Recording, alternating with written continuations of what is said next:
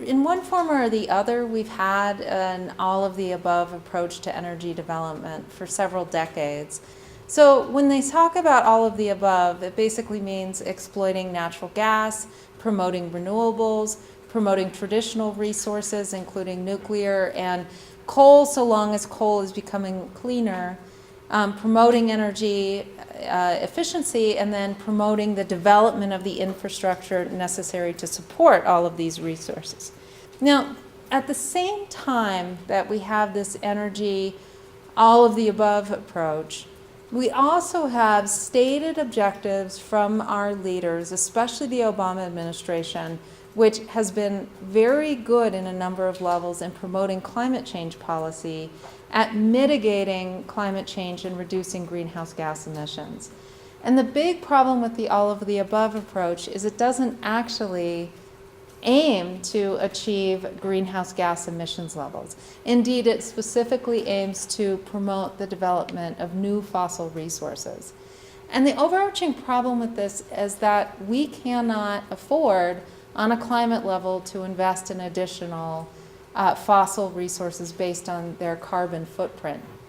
In 2011, the International Energy Agency put together a study trying to figure out how much more new fossil growth the world could accommodate and still have wiggle room, basically, to be able to enact policies that would allow us to achieve a global greenhouse gas concentration of 450 parts per million.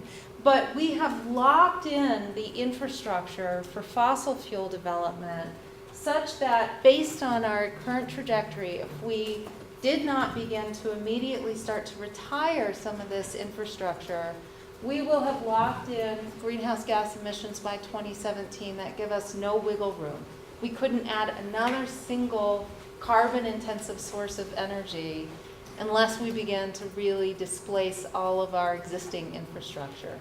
In other words, we've built out all of the possible fossil infrastructure that we can possibly build out and yet still meet our carbon goals.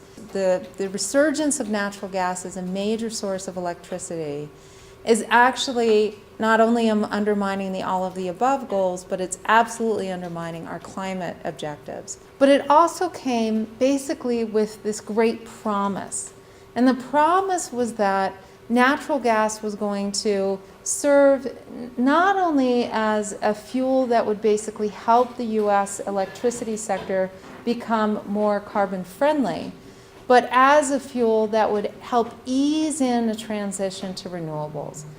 So the idea behind natural gas as being a carbon-friendly fuel is based on the emissions of carbon dioxide when you burn natural gas. The combustion emissions associated with natural gas use are about half of those from coal. But more and more science has looked into the life cycle greenhouse gas emissions associated with natural gas production, especially natural gas production involving hydraulic fracturing.